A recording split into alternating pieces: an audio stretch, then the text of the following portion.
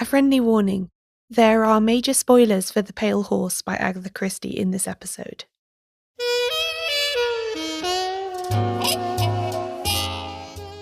I think we're all quite comfortable with the idea of real-life events inspiring fiction. It's not for nothing that some of the most critically acclaimed films that come out every year are the ones that have based on a true story at the beginning. Crime fiction is no exception to this. I've talked about this a fair bit on this podcast, discussing the ways in which some of the most famous murder cases in history, from Crippen to The Brides in the Bath and more, inspired authors working in the golden age of detective fiction in the 1920s and 30s.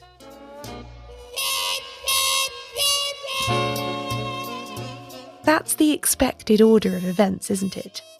A crime is committed, it becomes a public sensation with huge amounts of media coverage, and then shifts popular narratives around innocence and guilt. Writers respond to that, importing new tropes and ideas into their work, and readers recognise it. But what if it happened the other way around? What if life imitated art? One particular book seems to have had a strong pull on people in this regard, not only as an inspiration for murder, but also equipping would-be sleuths with the knowledge to save victims before it was too late. This is the story of The Pale Horse.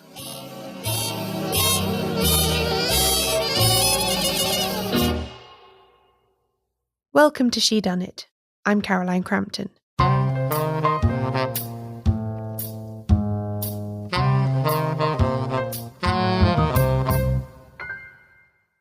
Agatha Christie's The Pale Horse was published in 1961, a long time after the so-called golden age of detective fiction was over.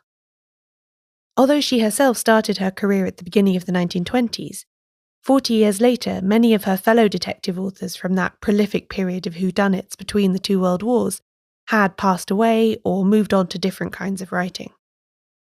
Christie had broadened her range too, to be fair, writing romantic fiction as well as for the stage, but she never abandoned her original form. Indeed, by the time The Pale Horse came out, she'd pretty much published a detective novel a year for 3 decades. Of course, over time there had been some shifts and alterations in her style. Later Agatha Christie is generally characterised by more thriller-esque plot elements, and less of a reliance on the true Golden Age rules. She'd always enjoyed breaking up appearances for her regular sleuths Poirot and Marple with books that focused on one-off characters, but these became darker and more preoccupied with contemporary themes. The Pale Horse is just such a book as this. The previous year, Christie published The Adventure of the Christmas Pudding, a collection of short stories mostly featuring Poirot, and the year after she put out The Mirror Cracked from Side to Side, a classic of the Miss Marple in St Mary Mead type. What came in between was utterly, completely different. There's something deeply disturbing about The Pale Horse. Perhaps we shouldn't be that surprised. Christie, after all, took its title from the book of Revelation in the Bible, the full line being, "And I looked, and behold a pale horse, and his name that sat on him was Death, and hell followed with him." It was about the fact that you had this sort of cheerful, sunlit existence, which in the book, anywhere, wherever someone seems to bounce through, and it's almost got a kind of boy's own adventure quality the novel has. And that there are these little sort of fierce little seeds planted in the book, which just make me go, what's that doing there? What is that detail doing there? It doesn't seem to have anything to do with story, and yet to me, that is the story. This is Sarah Phelps, a screenwriter who has now worked on 5 television adaptations of Agatha Christie works. Her latest, Of the Pale Horse, just aired on the BBC in the UK and will shortly be available internationally. It was the deep strangeness of the book, she says, that hooked her in from the start. So, as I was kind of reading, I kind of became really focused on, for me, the things that didn't quite fit. And that's the way I've read all of the Christies that I've worked on for adaptation, which is I think that there is an internal kind of conflict, and in the future, who knows, that somebody will do some incredible kind of like academic study on Christie and the conflict and tension between the book she wants to write and the book she knows people want to read. Popularity is a double-edged sword. People want to read a particular kind of book. They want to read a Christie. But I think that Christie wants to write about things that might not suit being popular, that might be a little bit more out there, a little bit more subversive, a little bit more sly. So she's got to contain them in a way that she sort of almost drops a clue. She drops a little clue, something that doesn't feel quite right in the sort of tone of the story, and that's what I follow. For example, she was really struck by the seemingly strange tastes of the novel's central figure, Mark Easterbrook. There's a detail in the story about Mark Easterbrook, and that he lives in an area of the King's Road which is actually pretty squalid. He doesn't need to live there, and people say to him, well, why do you live there? And he says, I like it. He likes the noise, and he likes the kind of the raucousness of it all. But even as he's saying he likes it, he also has this little detail where he talks about the smell of girls' unwashed hair. And it's sort of done with a kind of distaste, but also with a thrill. And I thought, well, there's a character detail that I'm going to follow. This all helped Sarah to set the tone of her own adaptation, which certainly dials up the weird and unsettling aspects of the plot. But they are there already. After all, the whole story revolves around a former village pub called the Pale Horse, which is now inhabited by 3 old women who seem to be witches. Mark finds out that they're part of a very efficient murder-to-order conspiracy. Pay your money, sign a contract, and these 3 will perform a ceremony that will soon see your chosen victim die of apparently natural causes, leaving you completely free of suspicion. Christie's description of the ceremony is a fascinating combination of the old and the new. A cockerel is slaughtered for its blood, but there's also a very scientific box that scans an object owned by the victim in order to better direct the supposed death rays in their direction. As Mark says, it's a ritual carefully designed to contain something for everyone, whether traditionalist or modern skeptic. It is, and I'm afraid this is where the serious spoilers come in, so beware, just a very clever piece of misdirection. What eventually tips Mark off to the true nature of the plot is the one thing that all the victims of the Pale Horse seem to have in common. They lose hair before they die.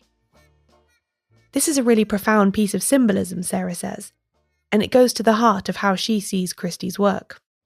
But hair is important, and it's sort of thrilling because hair is both this sort of, the woman's crown in glory, the beautiful tresses, the silken mane, all the rest of it, and yet it's also disgusting.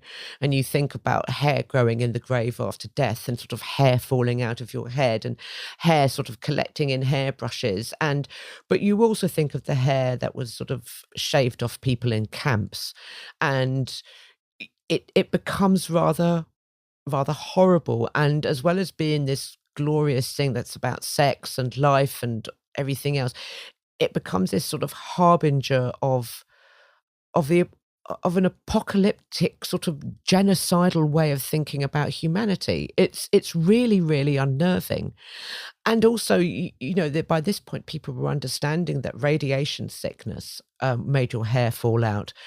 So it was for me, when I was reading it, The Pale Horse, and just thinking, obviously, the Pale Horse is a pub, but it's also a harbinger of the apocalypse, that all the time that she's writing in these sunlit villages and these sort of charming little fêtes and these tea parties on vicarage lawns, that there's this long, long shadow of horror that falls across it, the horror of a technology that can obliterate a human being to a shadow on the wall, and the horror of what an industrialized slaughter can do in Europe.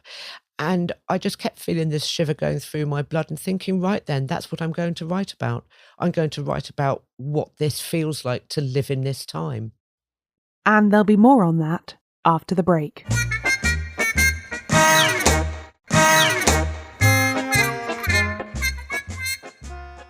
So what, other than witchcraft, can make people die from apparently natural causes, but also make their hair fall out? Thallium is an element in the periodic table. It's a metal. It's rather uninteresting as an element, but it does slightly more interesting things when it's made into a salt.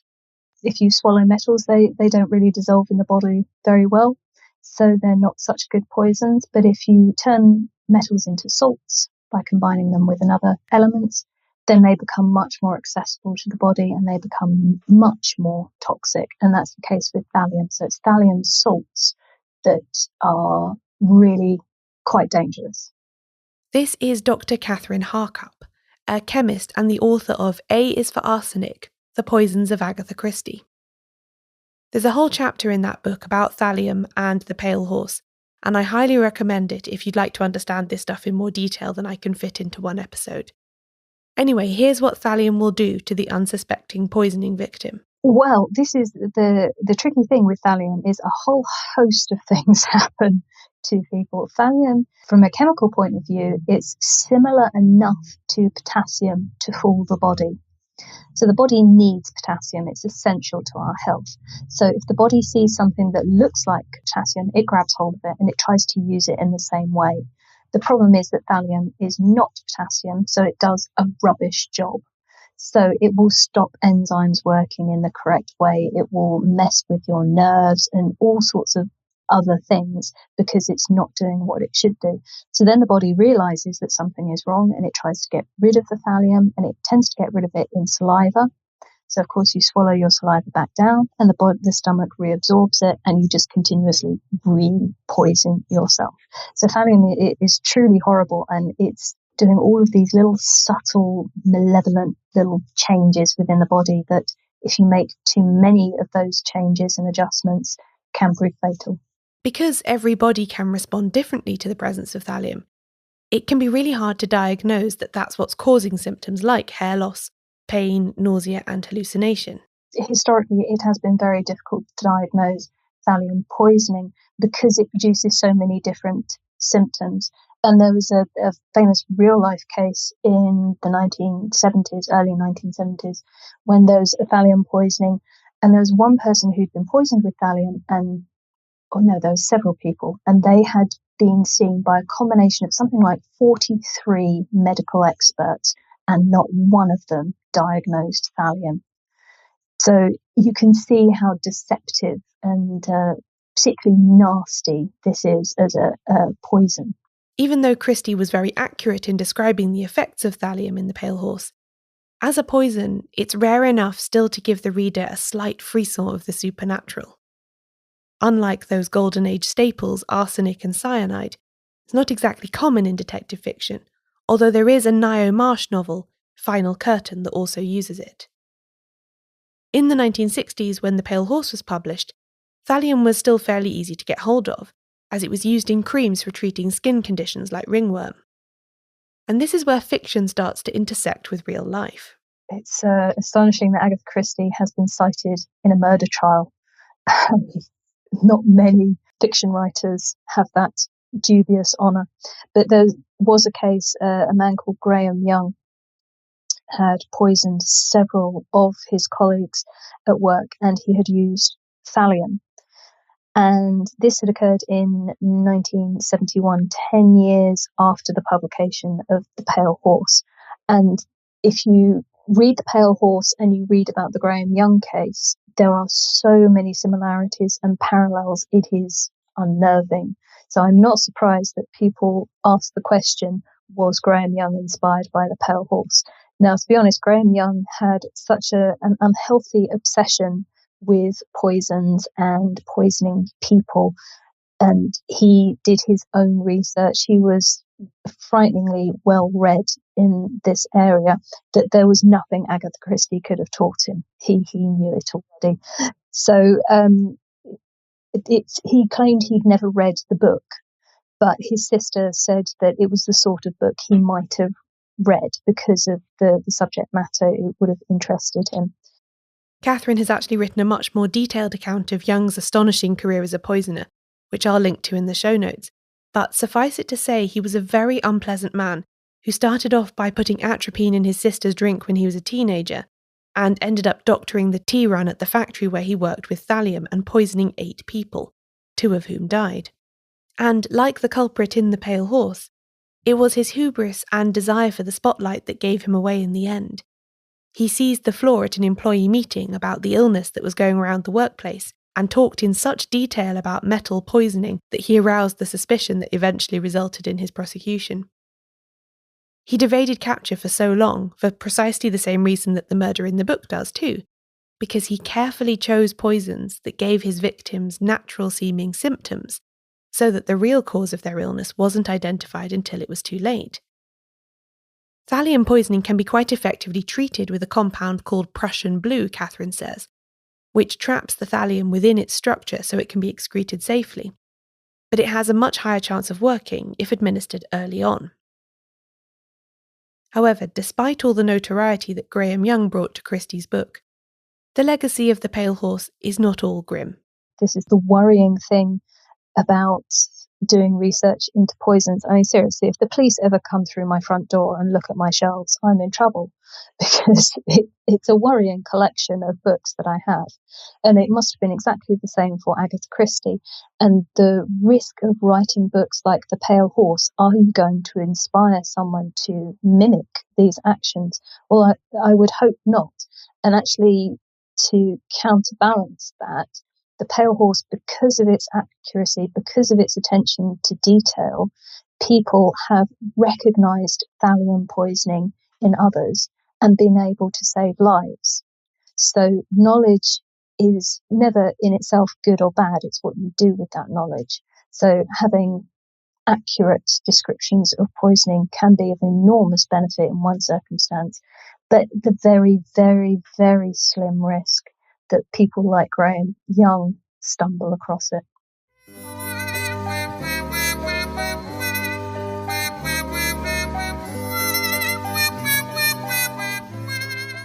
So there you have it, a spooky story with a solid scientific basis that may well have inspired a real serial poisoner. As someone who reads detective fiction for fun, the idea that there might be someone out there reading not for entertainment, but for practical tips, is darker than anything Agatha Christie ever dreamed up herself.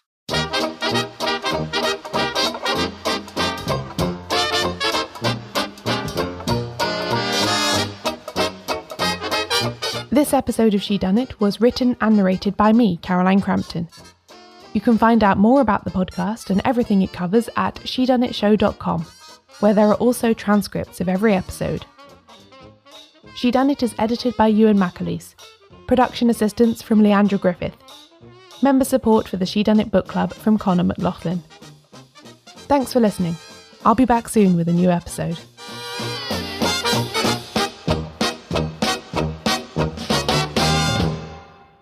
Next time on Shedunnit, all at sea.